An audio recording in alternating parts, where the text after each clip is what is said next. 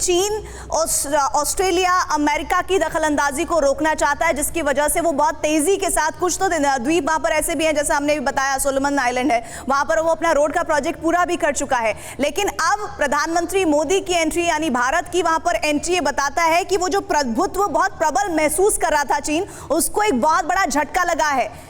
बिल्कुल ठीक प्रीति, इसमें जैसा कि हमारे पिछले पैनलिस्ट ने बताया, बेसिकली ये चीन का वहाँ जो दखलंदाजी बढ़ी थी वो क्वाड के फॉर्मेशन के बाद से आपने देखा कि चीन बहुत ही एक्टिव हो गया था, बहुत सक्रिय हो गया था, क्योंकि वो सक्रियता बढ़ी थी क्वाड को काउंटर करने के लिए। अगर हम वहाँ भी अपना प्रभुत्व रखते हैं और वहाँ के जो इकोनॉमिक एक्सक्लूसिव जोन्स हैं उनके ऊपर ऑटोमेटिकली आपका एक तरीके से इन्फ्लुएंस आ जाएगा। सो क्वाड का ऑगमेंटेशन, इसको समझ के चलिए कि क्वाड जो एक इंडो पैसिफिक में एक फोर्स बन के इमर्ज कर रही है, it's not a military alliance, लेकिन जिस तरह का पॉलिटिकल फोर्स, इकोनॉमिक फोर्स और अंडरस्टैंडिंग की ग्लोबल फोर्स बन रही है, उस फोर्स को काउंटर करने के लिए अब चाइना के पास कोई विकल्प नहीं है। इन अगर द्वीपों में, और जैसा कि अभी हम सब जानते हैं फिजी में इंडेंचर्ड लेबर बहुत गए थे, बहुत इंडियंस थे, वो वहाँ से स्प्रेड आउट किए। और अगर आप देखिए पापुआ न्यू गिनी की जो पोजीशन है विद रिस्पेक्ट टू ऑस्ट्रेलिया, जो क्वाड का एक मेंबर है, बहुत दूर नहीं है। अगर वहाँ पर चाइनीज़ बेस या चाइनीज़ कुछ कायम होता है तो वो बहुत फलक्रम बन जाएगा काउंटर करने के लिए किसी भी मिलिट्री। और सर एक इंपॉर्टेंट बात ये है कि अभी तक उन द्वीपों को, उन छोटे छोटे आइलैंड वाले देशों को कोई ऐसी उम्मीद की किरणें नहीं दिख रही थी जिनके ऊपर वो भरोसा कर सकते हैं। और ऐसे में भारत वो देश बनकर सामने आ रहा है और प्रधानमंत्री मोदी उन्हें एक विश्वस्त पार्टनर नजर आ रहा है, जैसा आप कह रहे हैं। मेरे बाकी गेस्ट भी मौजूद हैं, उनसे भी मैं जुड़ूंगी, लेकिन इस बीच अब व्यूवर्स को ये जानना भी बहुत जरूरी हो जाता है कि आखिर ड्रैगन का निशाना ये जो पैसिफिक रीजन है ये है क्यों, आखिर क्यों वो चाहता है कि वहां उस जगह पर उसका वर्चस्व हो। तो देखिए अब मैं वो जानकारी आपके साथ शेयर करने जा रही हूं। 15% ये सामने आप देख रहे हैं, 15% जो दुनिया की जमीन है वो पूरा एरिया है। और साथ ही साथ एक और इंपॉर्टेंट जानकारी वो ये कि 3 गुना अमेरिका से ज्यादा समुद्री एरिया है, और इतना बड़ा एरिया किसी भी कीमत पर चीन छोड़ना नहीं चाहता है। इसके अलावा जो 60% दुनिया में प्रशांत महासागर का मैरीटाइम ट्रेड है, यानी कि बहुत सारा जो व्यापार है वो इसी प्रशांत महासागर, जिसका परसेंट में 60% कहा जा रहा है, एरिया है जहां पर ट्रेड होता है, मैरीटाइम ट्रेड होता है। तो आप ये समझिए कि कैसे चीन, जिसकी नीयत, जिसकी जहनियत में ही ये बात छिपी हुई है कि वो किसी भी तरह से विस्तारवाद को आगे बढ़ाना चाहता है, वो कैसे छोड़ दे। ऐसे में डॉक्टर संजय, मेरा आपसे सवाल ये है ऐसे में सर कि ये पूरा जो एरिया है इसमें अब ये जो एक कहते हैं ना कि किसी तरह से अब एक बड़ा सा छेद हो गया है, ऐसा छेद हो गया है जो चीन के लिए आने वाले वक्त में उसकी जो सोच है उसको पूरी तरह से धराशायी करता है। लेकिन ये जो स्टार्ट लिया है इसके लिए आने वाले वक्त में कैसे हर्डल्स भी क्रिएट कर सकता है चीन। देखिए 2-3 बातें इसमें साफ, ये 10 आइलैंड स्टेट्स का एक कंसोर्शियम है और भारत ने 2014 में इन स्टेट्स को टच किया था। 14 में एक कंसोर्शियम बना था, वहाँ से भारत की इनसे पार्टनरशिप डेवलप हुई। उसी के साथ दूसरा जो ये इकोनॉमिक पार्टनरशिप की बात थी, और इसी इकोनॉमिक पार्टनरशिप में जो ट्रांस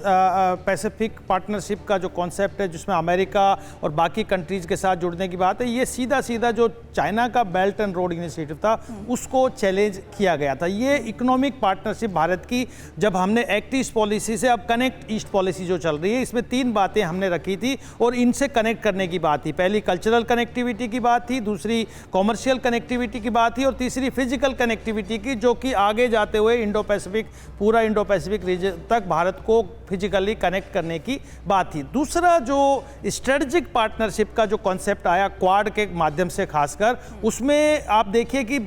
निश्चित रूप से जो स्ट्रेटेजिक लोकेशन ऑस्ट्रेलिया की है, जापान की है, वो जो चाइना का जितना डिस्प्यूटेड एरिया है, चाहे साउथ चाइना सी हो, हर कंट्रीज के साथ, वियतनाम, फिलीपींस, सबके साथ में, और आप ताइवान का इशू देखिए, ये सारे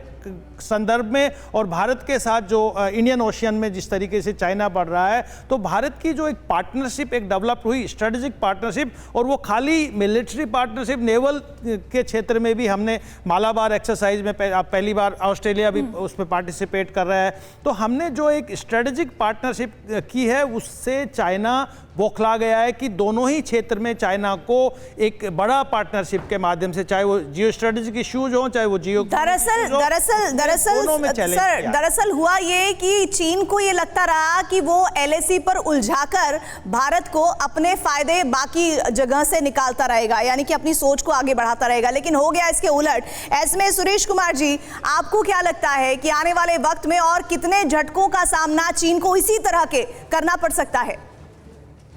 देखिए, ये जाहिर सी बात है कि चाइना के सामने इस समय चैलेंजेस काफी ज्यादा हैं। पैसिफिक में उसने सोचा ये था कि जो स्मॉल आइलैंड स्टेट्स हैं सदर्न पैसिफिक में, उनसे अपने रिश्ते मजबूत करके, पैसा दे करके वो अपनी स्ट्रेटेजिक पोजीशन को मजबूत कर लेगा। लेकिन एक दो आइलैंड को छोड़ करके ऐसा एक फोरम के तौर पर नहीं हो पा रहा है। काफी सारे देश ऐसे हैं जो समझ रहे हैं कि चीन की नीति क्या है और उससे वो बचना चाहते हैं। मैं एक चीज कहूंगा, इसमें पैसिफिक आइलैंड के सामने मेजर दो इश्यूज हैं। एक तो डेवलपमेंट, जिसके लिए उनको डेवलपमेंटल रिसोर्सेज और टेक्नोलॉजी चाहिए, और दूसरा है क्लाइमेट चेंज। ये सारे आइलैंड्स, अगर क्लाइमेट चेंज होता है, ग्लेशियर्स मेल्ट होते हैं, सबको खतरा है कि वो पानी में डूब जाएंगे।